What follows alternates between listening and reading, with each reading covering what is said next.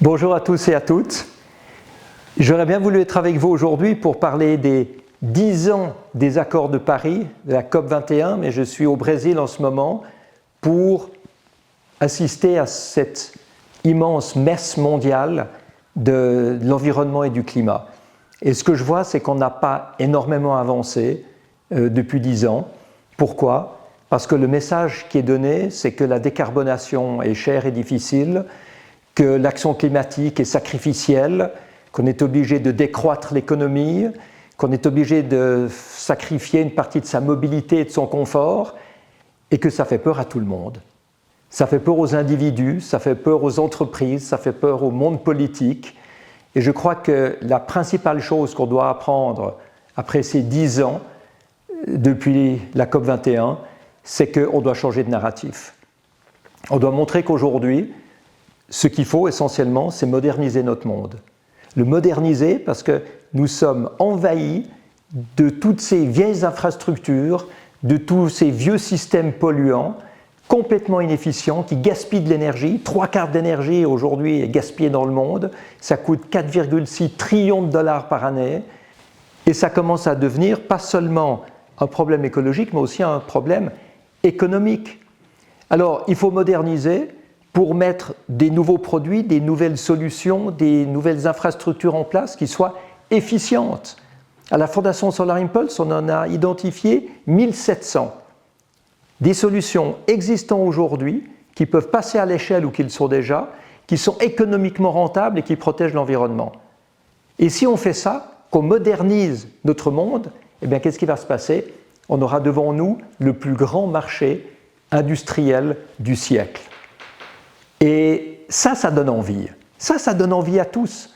Par conséquent, la décarbonation va venir comme conséquence logique d'une modernisation et ce sera rentable parce que ce sera efficient. Quand c'est efficient, ça gaspille moins, on consomme moins de ressources et d'énergie, la marge bénéficiaire peut être plus élevée. C'est des nouveaux produits qu'on met sur le marché, c'est intéressant pour l'industrie, ça coûte moins cher pour le client, mais il reste juste un détail.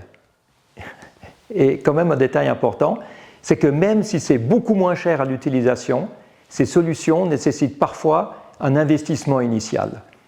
Et c'est là qu'il faut amener le monde de la finance, de manière à ce que quelqu'un qui amène une solution puisse l'installer gratuitement chez un client et que cette installation soit payée par un fonds séparé qui va être comme un tiers payant qui se fait rembourser grâce aux économies d'énergie ou de ressources du client. Donc, on donne au monde de la finance un nouvel avantage. On n'est plus seulement dans les actions, les obligations, le private equity, l'immobilier et les hedge funds. On a un nouvel outil financier. Et c'est ça que nous sommes en train de développer maintenant avec la Commission européenne et surtout la Banque européenne d'investissement avec laquelle la Fondation Solar Impulse a un partenariat.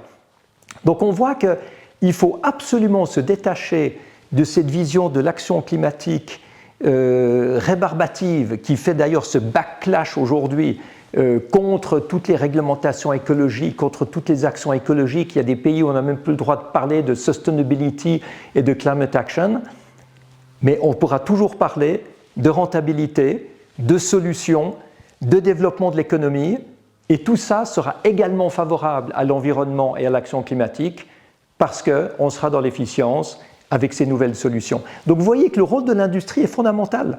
On n'est plus dans ce clivage délétère où on a d'un côté une écologie chère, sacrificielle et rébarbative et de l'autre côté une industrie polluante mais rentable. On peut très bien avoir une industrie propre qui amène les solutions pour rendre l'écologie attrayante et rentable. Voilà ce qu'on a besoin de faire aujourd'hui et c'est pour ça que l'industrie, le monde de la finance, le monde entrepreneurial a un rôle fondamental à jouer.